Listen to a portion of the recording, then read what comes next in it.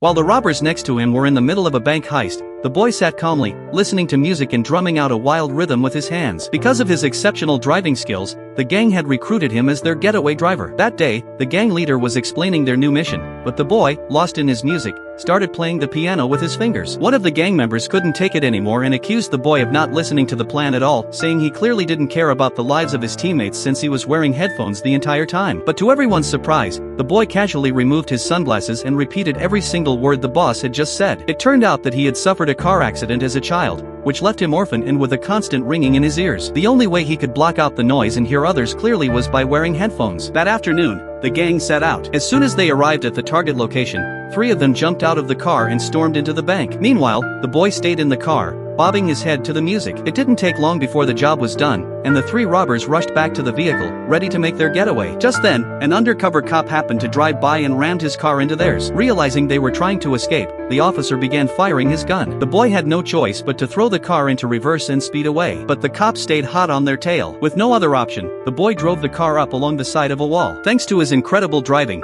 he managed to shake off the officer, at least for a moment, and got the crew back onto the highway. But it wasn't long before the undercover cop caught up again, ramming the front of his car into theirs and pushing them under a large truck. Seeing this, the robber in the passenger seat raised his gun, ready to fire back. But the boy didn't want anyone to get hurt. He yanked the steering wheel and drove straight through the guardrail. The officer chasing them wasn't so lucky. His car flipped and tumbled down the slope. When they finally pulled into the garage, the robber in the passenger seat pointed his gun at the boy. He warned him that a soft heart had no place in their line of work, that showing mercy would get them all killed. After the mission, the boss kept his word and let the boy walk away. The boy found a job as a food delivery driver. It allowed him to keep driving, earn a living, and, most importantly, enjoy a peaceful and happy life with his girlfriend. But happiness came quickly and disappeared just as fast. One day, the gang boss returned. This time, he threatened the lives of the boy's girlfriend and foster father, forcing him to agree to one last job. The boy didn't want to go back, but he had no choice. What he didn't know was that this mission nearly cost him his life.